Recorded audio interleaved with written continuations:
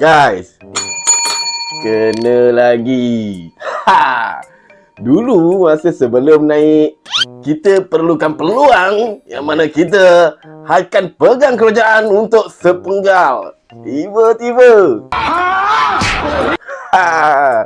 reformasi semula kita memerlukan 2 penggal. Tiba-tiba jadi 2 penggal. Okeylah, tak apalah. Sekarang ni bukan cerita sepenggal ke 2 penggal ke. Cuba bagi tahu betul-betul berapa penggal nak pegang ni. Rakyat dah bersuara, rakyat dah penat. Jangan pusing-pusing cerita bang.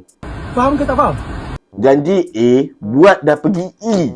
Betul, untuk bentukkan kerajaan, untuk perbetulkan sistem negara ni memang memerlukan masa yang panjang. Tapi, cuba kotakan janji, cuba perbetulkan kata-kata kau dulu.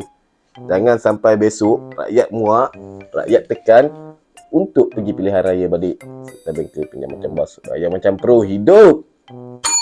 Macam Sultan dah. Assalamualaikum.